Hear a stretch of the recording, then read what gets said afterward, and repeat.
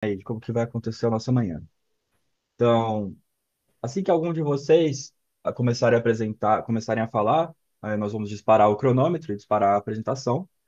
Depois de iniciada a apresentação, vocês vão ter 15 minutos para concluir ela no tempo regulamentar, ou seja, sem penalidades, se concluir dentro desses 15 minutos. Quando faltar um minuto para o final desses 15, ou seja, no minuto 14, o Paulo, que é o nosso co-host aqui da sala, ele vai levantar a mão aqui no Zoom, como ele vai fazer agora. E esse é um sinal puramente informativo. Vocês não precisam reagir a ele, é só para indicar que falta um minuto para o final do tempo regulamentar, sem penalidades. Se vocês ultrapassarem esses 15 minutos, nós não iremos interromper, até a marca de 30 minutos. Se bater nos 30 minutos, aí sim a gente interrompe a apresentação e encerra o slot sem as perguntas dos juízes. Depois que vocês terminarem a apresentação, a gente vai abrir para um bloco de perguntas e respostas dos juízes, e os juízes vão levantando a mão e fazendo uma fila ali de uma fila de perguntas, e a gente vai passando a palavra para os juízes para fazer as perguntas para a equipe. A equipe de vocês tem três pessoas como apresentadoras marcadas, então, a princípio, quando vocês receberem uma pergunta, qualquer um dos três pode responder ou passar a palavra para um outro membro da equipe que não seja apresentador. A gente só peça que mantenha esse ritual de passar a palavra para não ter membros abrindo o microfone, entrando na frente e manter a ordem. E aí, no final da resposta, a gente pede que quem respondeu feche o microfone para evitar eco, evitar ruídos. Se Beleza. eu tiver algum problema técnico ao longo da apresentação, a gente vai interromper o tempo e aí a gente avalia, de acordo com quanto tempo do slot a gente ainda vai ter sobrando, se a gente reinicia a apresentação do zero ou se a gente faz uma outra tratativa, que poderia ser, por exemplo, colocar vocês num slot no final do dia, se for o caso. Ok? Alguma dúvida, os apresentadores? Não, Não, não. nenhuma dúvida. Tranquilo. Maravilha. Então, se eu só configurar aqui os cronômetros, a gente já libera vocês. Tá. Pessoal, tô pronto aqui, tá? Vou mutar aí quando vocês quiserem começar, começa a passar. Beleza. Tá. Também tô tranquilo.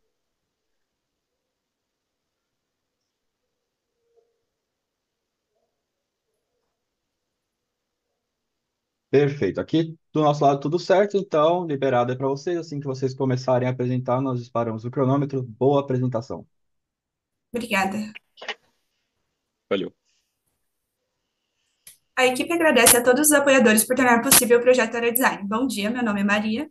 Meu nome é João e apresentaremos hoje o projeto da equipe MicroRaptor. A apresentação será dividida em quatro etapas. Na primeira, mostramos a análise de pontuação no regulamento, definindo objetivos e metas. Na etapa conceitual, definimos alternativas de design através de análise de trade-off e otimização multidisciplinar. No projeto preliminar, buscamos determinar o design de componentes e análise globais da aeronave. Já no detalhado, buscamos validar e refinar as análises feitas e os subsistemas do avião. Dessa maneira, começando etapas estudos iniciais, utilizamos uma versão adaptada da metodologia SADRI, associada ao framework Scrum para guiar o projeto, aplicando a espiral de Boeing para melhor visualização do seu avanço. Nessa temporada, elencamos como objetivos aumentar o número de voos com protótipos, realizar um projeto seguro e confiável e, por fim, atingir a primeira colocação na categoria micro. Durante a análise de pontuação, verificou-se que a missão líquida é mais influente para a equação multimissão. No dado histórico da equipe, demonstrou-se factível alcançar a carga máxima limite, possibilitando determinar valor-alvo de peso vazio para manter o fator eficiência estrutural maior que 1. Ademais, para a missão LAPS, observou-se que usar lastro é viável, pois auxilia na dinâmica de voo, enquanto representa uma queda de apenas 0,21% da pontuação, quando respeita a distribuição ótima calculada. Além disso, analisamos os pontos fortes das melhores equipes na competição e projetamos fatores de melhoria proporcionais ao novo regulamento, principalmente em eficiência estrutural e MTOW. Assumindo o cumprimento de ambas as missões pelas equipes, a meta de pontuação de voo foi definida, sendo superior à estimada para a melhor equipe. Ademais, buscamos maximizar as bonificações de confiabilidade e acuracidade, e alcançar um valor considerado competitivo para bonificação fechada de carga, dado seu menor impacto. Por fim, finalizando os estudos iniciais, reuniu-se um banco de requisitos. Todos foram verificados através dos meios of compliance referentes e os não cumpridos foram revisados, avaliando a necessidade de mudanças no projeto. Após essa etapa, deu-se início à etapa conceitual. Para nortear as decisões de projeto e definir as alternativas de design, foram elencadas 6 medidas técnicas de performance: custo de projeto, fabricabilidade, conforto do piloto, fatores peso da bateria e peso vazio e eficiência estrutural. Para o design da aeronave, optou-se por caudas e superfícies de comando convencionais, monomotor tractor e aterragem triciclo. Foram elencadas três configurações de asa: monoplano de asa alta, pela confiabilidade devido à experiência da equipe com tal configuração; monoplano parasol, pelo maior aproveitamento da área lar; e asa voadora, pelo seu menor peso vazio potencial. Os monoplanos entraram na MDO, enquanto a asa voadora não, por causa da inexperiência da equipe com essa alternativa, sobretudo o efeito de sua modelagem computacional. A equipe utilizou a MDO pela sétima temporada consecutiva. O algoritmo multidisciplinar, bem inspirado em morcegos, realiza rotinas de aerodinâmica, desempenho e estabilidade na aeronave. Levantamos as análises mais influentes em otimização. Dentre essas, trabalhamos para melhorar as estimativas de posição do CG, momento de inércia, peso vazio e MTOW, sem ferir restrições. Assim, observou-se melhor essa factibilidade e pontuação das aeronaves. Visando reduzir o tempo de execução do otimizador, foi implementada a computação paralela, possibilitando gerar aeronaves em um tempo 88% inferior. Antes de serem implementadas em MDO, os perfis selecionados passam por um algoritmo que modifica sua espessura para viabilizar a fabricação, perdendo o mínimo de desempenho possível. Para a escolha dos aerofólios, procuramos alta eficiência aerodinâmica. Para o perfil DH, visamos atender os critérios de estabilidade e controle. Assim, para ampliar o banco de dados de perfis, foi usado um otimizador de aerofólios. Atendendo aos critérios de autonomia, peso da bateria e relação tração-peso desse projeto, filtramos o banco de dados do GMP, resultando em 41 configurações. A geometria da aeronave é parametrizada através de 5 seções simétricas em relação ao eixo longitudinal. É permitido ao algoritmo variar corda, envergadura e ângulo de incidência de cada seção, além da distância entre os centros aerodinâmicos da asa e cauda. Na fuselagem, é possível variar a inclinação de motor, posição do transposto principal e do ZCG. A urgência de aerodinâmica varia a geometria da asa visando melhores coeficientes através do método VLM presente no software AVL, respeitando os intervalos impostos ao otimizador, utilizando o número de Reynolds e o requisito de stall, que foi verificado com o método das seções críticas. A urgência de estabilidade impõe restrições baseadas no banco de dados da equipe e no feedback do piloto. O otimizador tem permissão de variar a posição do CG no intervalo em torno de 26% da corda da asa. E os indivíduos que não respeitam os critérios de estabilidade estática são penalizados. A urgência de desempenho analisou etapas de decolagem com o critério de parada do descolamento do avião com a pista. O MTOW é calculado iterando as forças e momentos no tempo, utilizando o método da abstração. Desse modo, a otimização foi validada por meio da análise de convergência dos bestes ao longo das gerações. Após observar a tendência da otimização, as melhores aeronaves foram modificadas, visando tanto maior competitividade quanto adequação à fabricação, e então reanalisadas de maneira mais precisa, através de mais painéis para análise em VLM e novo input de velocidade angular, gerando um aumento médio de 10% no MTOW. Em paralelo à execução do otimizador, projetamos asas voadoras com perfis reflexed devido ao seu baixo CM. Porém, o CL dela se mostrou insuficiente, e aliado à dificuldade de cumprir os critérios de estabilidade e controle para tal configuração, levou ao seu descarte. Desse modo, ao fim do projeto conceitual, optou-se pela alternativa para a Sol, para evitar perda de área lar, tendo em vista que a MDO convergia para asas de envergadura máxima. Seguindo para o projeto preliminar, os subsistemas da aeronave foram desenvolvidos e testados. O protótipo zero foi construído utilizando materiais de fácil acesso e para validar a dinâmica de voo da geometria conceitual. Por isso, optamos por fabricá-lo ainda com asa alta, pois a interferência no escoamento não havia sido computada. O voo com TW inferior foi bem sucedido. Visando aumentar a eficiência estrutural, considerou-se seguir com a alternativa de avião moving por ser mais leve, além de utilizar uma maior inflação de motor. Porém, problemas de dirigibilidade e perda de eixo durante a decolagem foram observados. Para a melhora na corrida de pista, houve a substituição das rodas fabricadas em carbono por rodas comerciais, resultando em maior aderência com o solo, que impede seu desalinhamento longitudinal, redução do atrito com o eixo, maior amortecimento e uma redução de custo e peso superior a 50%. O ensaio de desgaste de pneu foi aprimorado, simulando um cenário real de corrida de pista no asfalto em um percurso de 130 metros com MTOW. Após ser repetido simulando 8 baterias de voo, o material foi validado. Por meio do teste de atrito, comprovou-se o aumento na aderência ao solo, confirmando a melhora na corrida de pista observada durante os voos. Em paralelo, para o próximo protótipo, idealizou-se uma fuselagem capaz de carregar 3 garrafas, com uma alocada internamente, substituível pela carga lápis, e 2 em contato com o escoamento. Elencamos diferentes formas e optamos por acoplá-las na lateral da fuselagem, minimizando a interferência no escoamento da asa e acarretando menor peso vazio.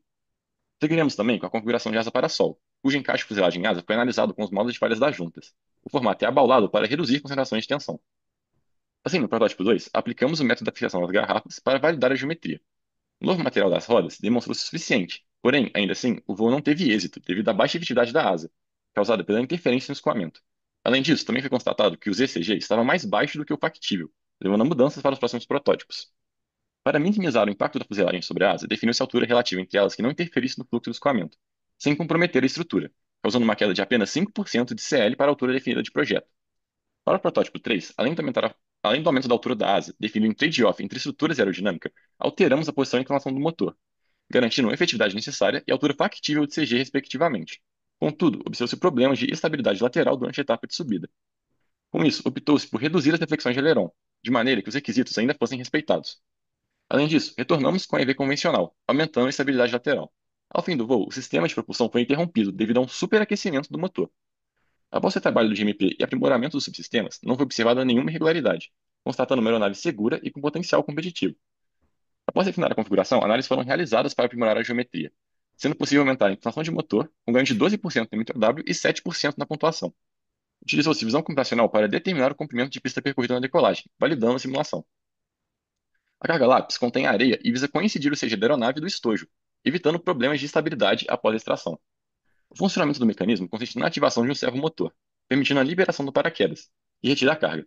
Esse é feito de nylon 70 e possui um spill hole para auxiliar no fluxo aerodinâmico segundo o NAC. Validamos o subsistema por meio de ensaio simulando condição crítica. Em seguida, foi testado em voo, mostrando-se confiável, sem problemas de estabilidade. Agora, passa a palavra para Maria. A aerodinâmica pode estimar o arrasto da aeronave e seus componentes na decolagem usando a análise CFD por volumes finitos, método VLM e modelo analítico para arrasto e fricção, melhorando a acuracidade do código de decolagem. Além disso, foi usado CFD para calcular o arrasto das garrafas e da fuselagem. Para essa, utilizou-se por referência parâmetros de malha já usados pela equipe, através de um estudo de independência de malha conduzido em 2024. Devido à natureza das missões, foi averiguado uma região de posições CG que ainda respeitasse os requisitos propostos e mantivessem a qualidade de voo, permitindo uma trimagem com as superfícies de controle para obtenção de limites satisfatórios para o seu posicionamento. Para essa temporada, além do torque e do desalinhamento da linha de tração com CG, foi considerado o impacto da força normal na estabilização, com seus efeitos não prejudicando a dinâmica de voo. No campo de controle, as superfícies de comando foram dimensionadas visando diminuir os carregamentos, de forma que a aeronave possa ser trimada durante todo o envelope de voo, considerando o feedback do piloto. Para os alerons, buscou-se garantir a efetividade de rolamento durante todas as etapas de voo. A partir do histórico de ventos da região da competição, dimensionamos o leme para a situação de pouso e decolagem com vento lateral, enquanto o profundor foi dimensionado para que a aeronave fosse capaz de rotacionar ao final da decolagem. Sua deflexão foi limitada no restante do voo através de uma chave no rádio, visando reduzir os carregamentos, garantindo ainda comando ao piloto em todo o envelope de voo. As respostas temporais das aeronaves rígida e flexível para as 3 configurações de voo previstas foram obtidas através das matrizes espaço-estado, mostrando as controláveis e atendendo os requisitos estipulados, obtendo nível 1 para a maioria dos modos. Após um trade-off entre cargas elétrica e desempenho, limitou-se a RPM do motor a 85% após a subida, reduzindo carregamentos e mantendo potência suficiente para cumprir a missão com um fator de carga próximo a 2. Por simulações de voo e ensaios em bancada, obteve-se o consumo requerido discretizado para cada etapa, permitindo dimensionar as cargas das baterias com faixas de segurança que minimizam a possibilidade de pane seca. Para a definição do envelope de voo, basearam-se na bibliografia rosa e nos dados do histórico da equipe para a determinação dos limites do fator de carga, nas normas da VLA e velocidade de rajada obtidas por dado METAR. Dessa forma, definiram-se os envelopes preliminares para todas as condições de voo, dado o cenário de multimissão da aeronave. Como em ambas as missões o fator de carga máximo definido foi 2, o fator determinante para situações que geram maiores carregamentos foi o MTOW. Dessa maneira, considerou-se o diagrama VN da missão lápis antes da extração para o dimensionamento. Ademais, em trade-off com desempenho, o motor limitado culminou no refinamento do envelope de voo. No cálculo de carregamentos, utilizou-se algoritmos da equipe e para cargas em solo as normas da VLA. Além disso, com o diagrama VN, levantaram-se possíveis situações críticas, calculando os carregamentos através do método VLM. Ao fim do projeto preliminar, a meta de pontuação não foi atingida em função do alto PV. Assim, partimos para o detalhado visando reduzir o peso vazio. Dimensionou-se a aeronave visando segurança quanto aos fenômenos aeroelásticos, com a solução 144 do NX-Nastran e modelos feitos no FEMAP. Avaliou-se as velocidades de divergência e reversão de comandos da asa, cumprindo os requisitos da área. Obtiveram-se os dados da redistribuição de cargas, que foram repassados para estruturas, estabilidade e aerodinâmica, verificando os dimensionamentos. Analisou-se o flutter variando densidade do ar e TOW em cada missão, visando entender o impacto desses parâmetros no fenômeno. Com base no caso de menor velocidade, avaliou-se sua ocorrência dentro de uma margem segura. Utilizando a visão computacional, foram realizados ensaios de rigidez e, comparando os resultados destes com as análises, obtiveram-se baixas margens de erro, validando o modelo da asa. O ensaio de vibrações de solo foi melhorado visando eficiência na aquisição de dados, o que permitiu a obtenção de mais modos de vibrar. Buscando equivalência entre as frequências obtidas no ensaio e na análise, os modelos foram realimentados, corrigindo e atualizando parâmetros dos materiais. Baseou-se a escolha dos materiais na literatura e na experiência da equipe. Devido a entraves logísticos nos laboratórios da universidade e limitação de recursos materiais, houve a reutilização de dados ensaiados no ano anterior. No projeto estrutural, os componentes foram dimensionados com base em situações críticas, utilizando os critérios de Sahil para materiais compósitos, von Mises para materiais dúcteis e a teoria da normal máxima para analisar modos de falha em juntas e uniões pinadas. A asa foi dimensionada adotando a hipótese de pequenos deslocamentos. Em relação à asa inicial, foi possível reduzir o comprimento das longarinas, a quantidade de nervuras e substituir o material. Na análise por elementos finitos das nervuras no encaixe com a fuselagem, o carregamento foi obtido via sistema equivalente que concentra esforços. Assim, a estrutura atendeu o critério de Sahil e ao deslocamento máximo calculado por estabilidade. Na análise de flombagem até o 10º modo, o primeiro alto valor positivo se encontrou fora do envelope de voo. Assim, utilizamos caixas de torção de balsa, encaixes de fibra de carbono, longarina com fibra de carbono compensado, seguindo por uma asa inteiriça. Ela suportou os esforços de carga última e o deslocamento máximo obteve um erro de 18%, justificado pela imprecisão das cargas aplicadas por erro humano e engaste impreciso no dispositivo de ensaio. Os estabilizadores foram projetados utilizando estruturas nervuradas e longarinas caixão. Para ter o boom, adotou-se tirante a fim de limitar seu deslocamento. A fuselagem foi projetada para suportar tensões e limitar deflexões no encaixe do teobum, motor e asa. Após a análise por elementos finitos, foram feitos alívios e a estrutura atendeu o critério de Sahil. Assim, ela é composta por painéis sanduíche e compensado, passando por ensaios de drop test, com cálculo das alturas de queda, energia e razão de descida, validando o fator de carga, TPP e juntas. Realizaram-se ensaios no estabilizador horizontal simulando a raça e sustentação, no vertical simulando a raça e rajada e no teobum com carregamento crítico, validando as análises e dimensionamentos. Buscando atender os critérios de estabilidade em solo e alta eficiência estrutural, optou-se por trem de pouso laminado e tubo de carbono na triquilha. Já para as rodas, houve a troca do material para nylon com pneu de PU. As dimensões dos elos do mecanismo de 4 barras foram determinadas com um otimizador de busca exaustiva, que visa a configuração mais leve com menor torque requerido. Para avaliações de safety assessment, árvores de falha e matrizes de riscos foram criadas para cada subsistema e etapa de voo. Testes sobre o comportamento de componentes e fadiga foram realizados, aplicando intervenções para aqueles que excedessem a zona tolerável e crítica. Visando validar a confiabilidade de componentes, foram realizados testes de segurança como obtenção do consumo de bateria de propulsão através da simulação do voo em bancada de teste estático, averiguação da temperatura de operação dos componentes dentro de uma região ideal, análise de atuação do servo sob condição crítica de operação e, por fim, simulação do alcance de comunicação rádio-receptor com redução de sinal de 30 vezes. Entre as intervenções estão uso de suporte redutor de vibração, divisão da fuselagem com paredes corta-fogo, chave on e off de fácil acesso e protegida e de polo das antenas sem contato com carbono.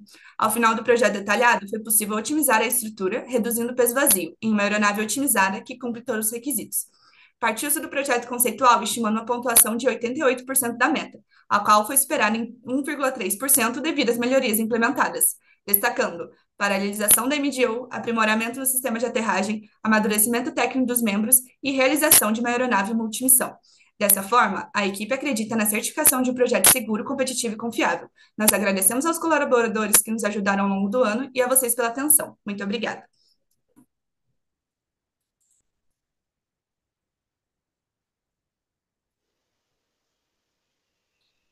Excelente apresentação, equipe Microraptor.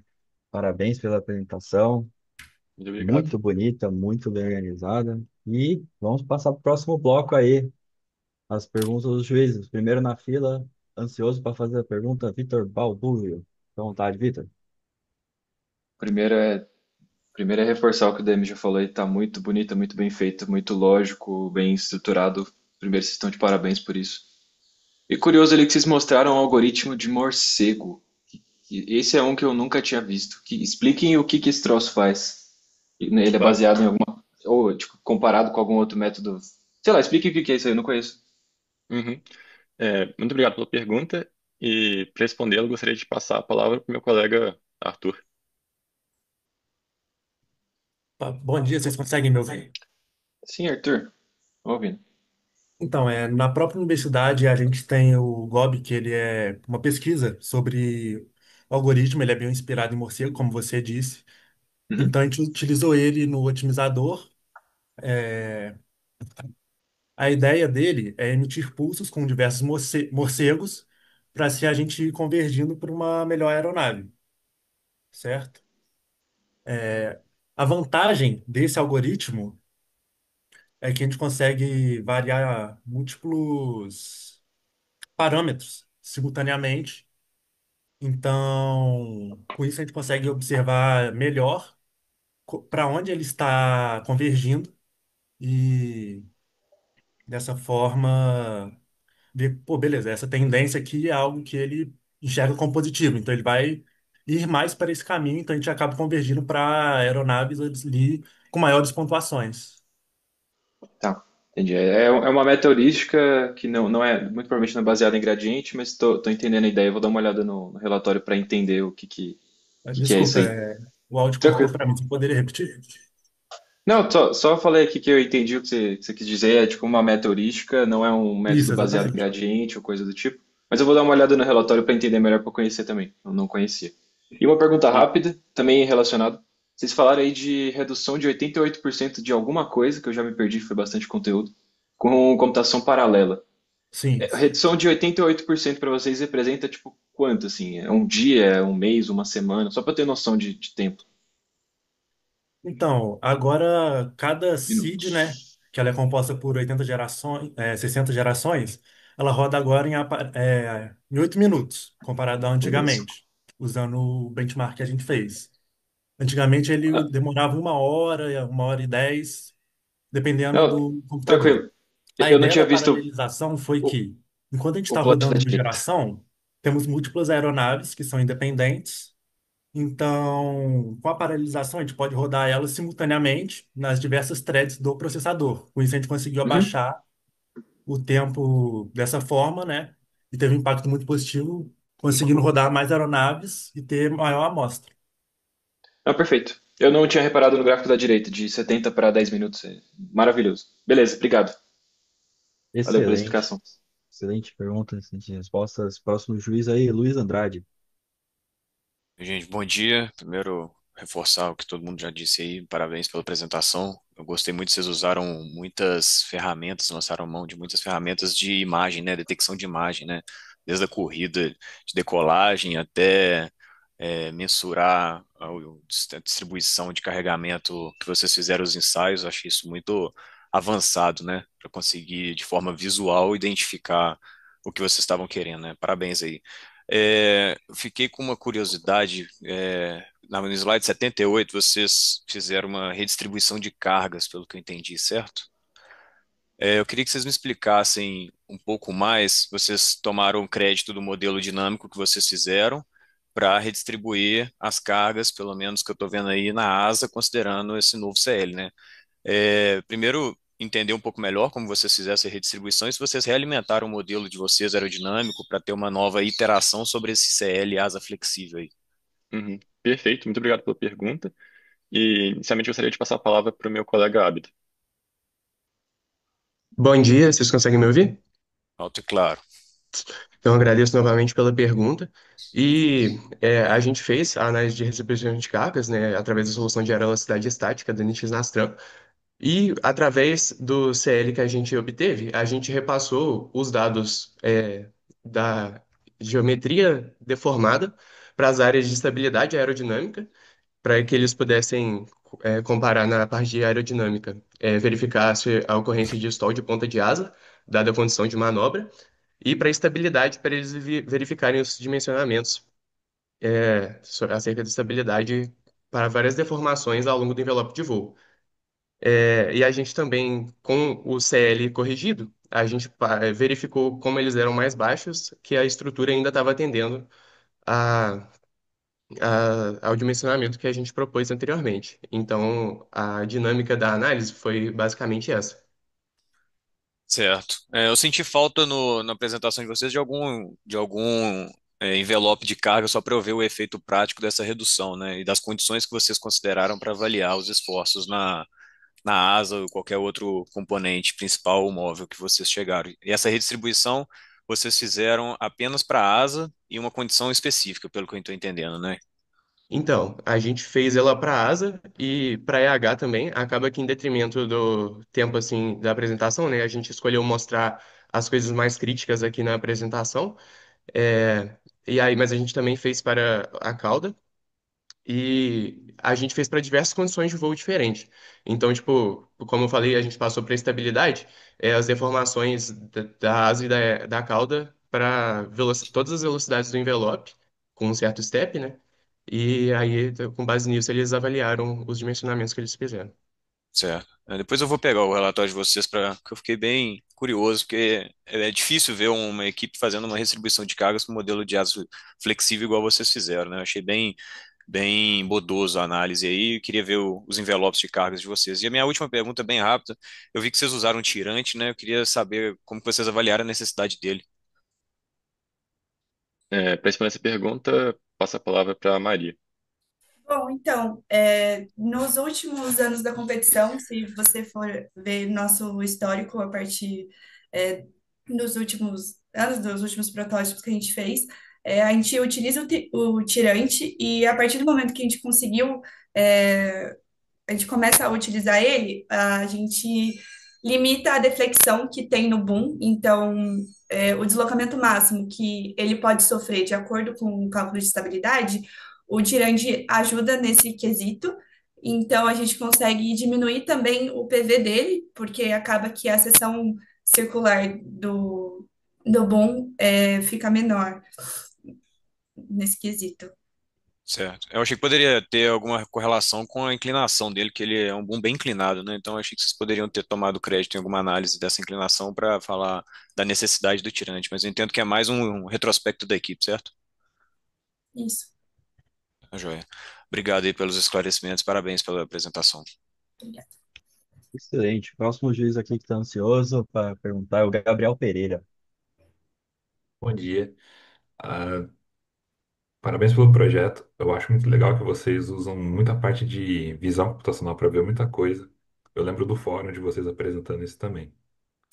Você conseguir, pode voltar no slide 69 ou 68, quando vocês falam sobre o limite de RPM. Aqui, eu queria entender como que vocês limitaram o RPM do GMP e como vocês fizeram para garantir que ele fosse o ideal para vocês. Perfeito. Para responder essa pergunta, eu passo novamente a palavra para o Arthur e para complementar, se necessário, a palavra para o Leonardo. Então, na limitação do RPM, a partir dos dados do teste estático do motor, foi possível afirmar que 85% da RPM a aeronave ia alcançar a velocidade acima da de manobra. Então, a gente poderia fazer a etapa com máxima eficiência, ao mesmo tempo diminuindo o carregamento e o consumo de bateria.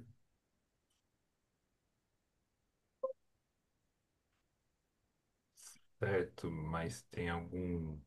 Ah, tá. Vocês limitaram só seria no rádio mesmo. Não tem nenhum sensor, nenhum atuador atuando para ele manter em 85% de rotação do motor. Isso, era um comando no Entendi. rádio. Perfeito. Muito obrigado. Maravilha. Próximo juiz na fila, o Paulo Almeida. Pessoal, novamente, né, parabéns pela apresentação, eu achei ela excelente, muito, muito boa mesmo. Eu tenho uma dúvida com relação ao slide 29, quando vocês comentam sobre as variações de geometria que vocês estudaram, vocês não consideraram aí torção aerodinâmica também, ou consideraram? Muito obrigado pela pergunta e eu ia respondê-la. Não, nós não consideramos torção aerodinâmica, assim como não consideramos também diedro e flechamento e outras modificações no contexto aerodinâmico nesse sentido, pelo motivo de que, geralmente, dado o histórico da equipe, não compensa para a gente, além de impactar diretamente num aspecto que é muito importante para o nosso projeto, que é a fabricação. A gente geralmente não ganha nenhuma.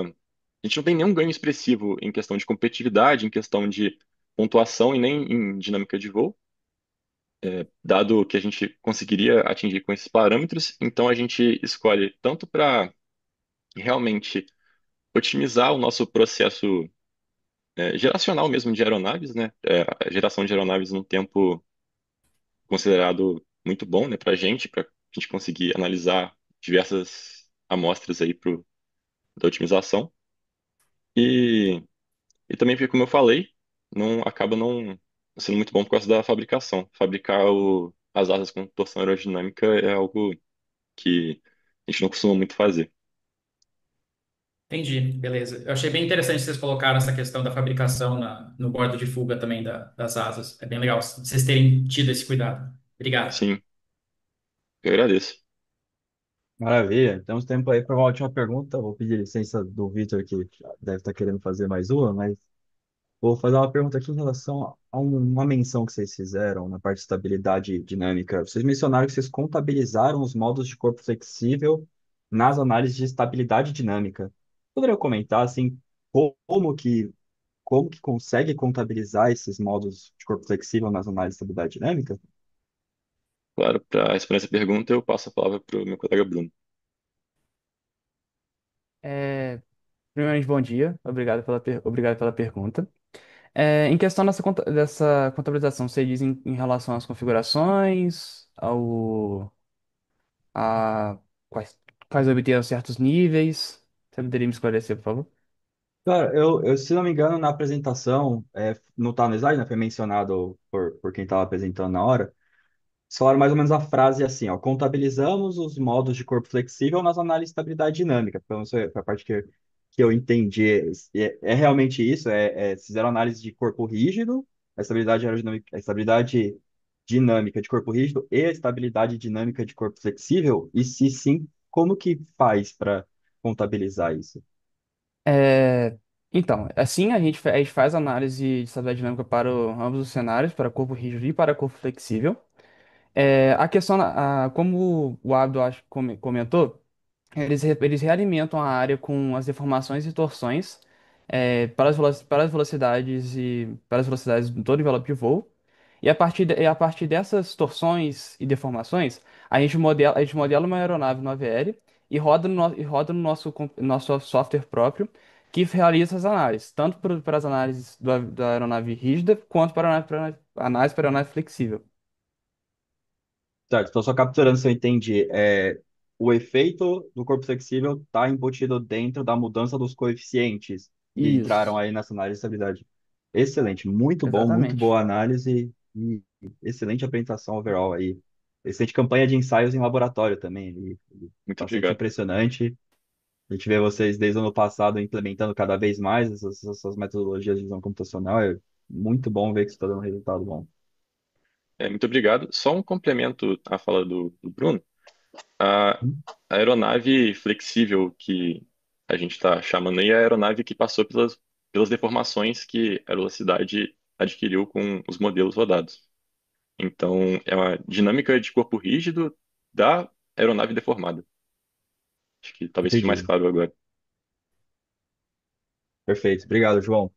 Então, equipe Microraptor, muito obrigado pela apresentação, parabéns pela apresentação. Esperamos que daqui 2 semanas a gente se veja aqui em São José dos Campos na competição presencial. E Com uma boa certeza. sorte. Até lá. Muito obrigado. Muito Obrigada. obrigado, Parabéns, gente. gente.